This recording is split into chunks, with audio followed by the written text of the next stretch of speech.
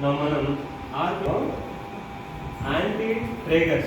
Anti ట్రేగర్స్కి వెనక ఉన్నటువంటి very very very important ఈ 3 పాయింట్స్ని nervous sub cortex, vascular sub cortex and digestive sub cortex.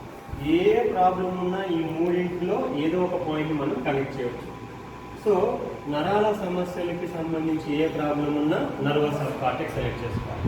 Digestive related problems ఏది ఉన్నా సరే, హార్ట్ అండ్ బ్లడ్ సర్క్యులేషన్కి సంబంధించి బీపీ కానీ ఏ ప్రాబ్లమ్స్ ఉన్నా సరే ఏం చేయాలి? Yes.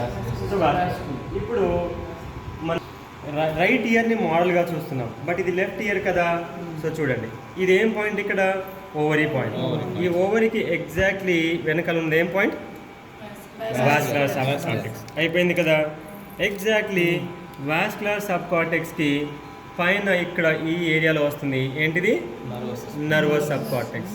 Okay, nervous sub cortex. ఆ తర్వాత ఎపిలెప్సీకి పైన ఇక్కడ వచ్చే పాయింట్ ఏంటి?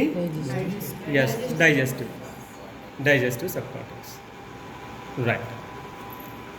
సో ఈ విధంగా మనం ఆర్కులర్ ట్రీట్మెంట్లో ఖచ్చితంగా అంటే 3 ఒకేసారి తీసుకోవాల్సిన అవసరం లేదా రాకపోవచ్చు, ఒక్కొక్కసారి 2 తీసుకోవచ్చు. Okay, thank you.